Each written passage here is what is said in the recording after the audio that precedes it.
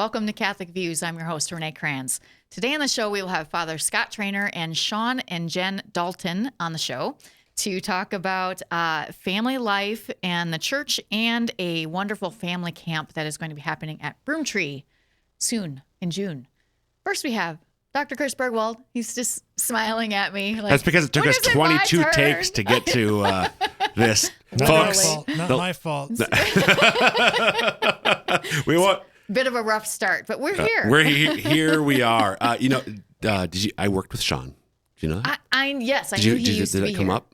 Okay. No. It did. I don't Not think you. you came up. I didn't come up with what?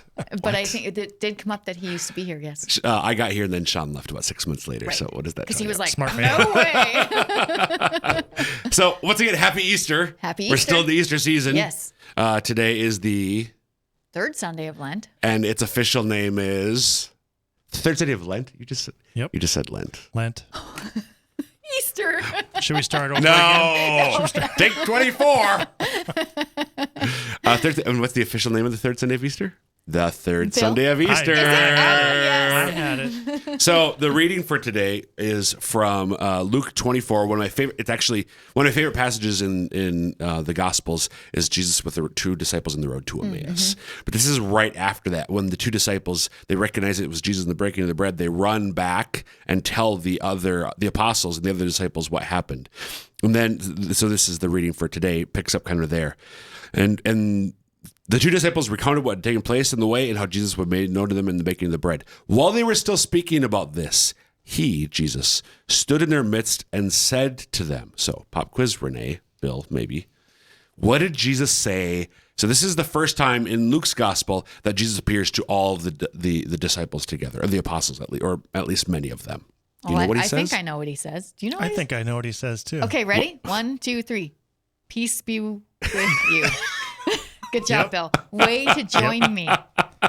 It's like a trust fall gone. I know. Like he just left me hanging. And Renee, we need the ding, ding, ding. We need Ding, to get ding, the little, ding. yeah. Yes. Yeah, peace be with you. And their response, Renee, I assume, is... Bill.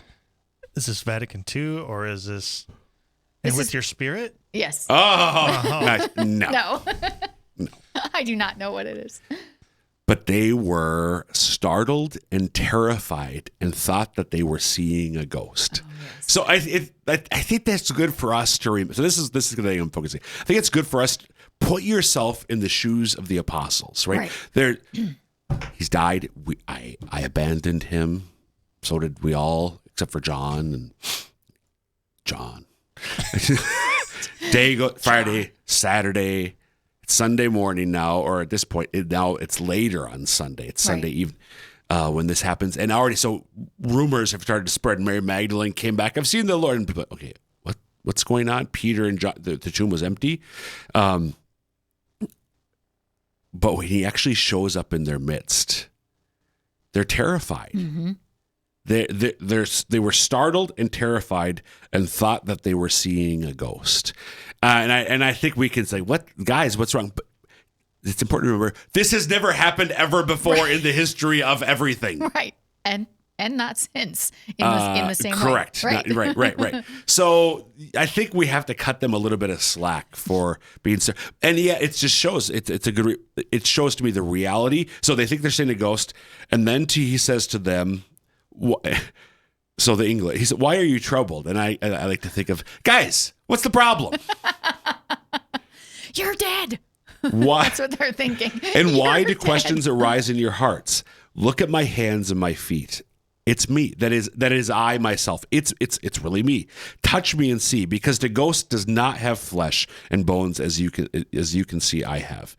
And as he said this, he showed them his hands and his feet. While they were still incredulous for joy and were amazed, he asked them, "Do you have anything to eat?" They gave him a piece of baked fish. He ate it in front of them. Yeah. So he's showing them, I'm not a ghost. I'm really here in front of you. How many times in the other Gospels he's walking in the water? They're scared. They think it's a ghost. Kind of, again, the same thing. But he's showing them, I am alive for you to encounter.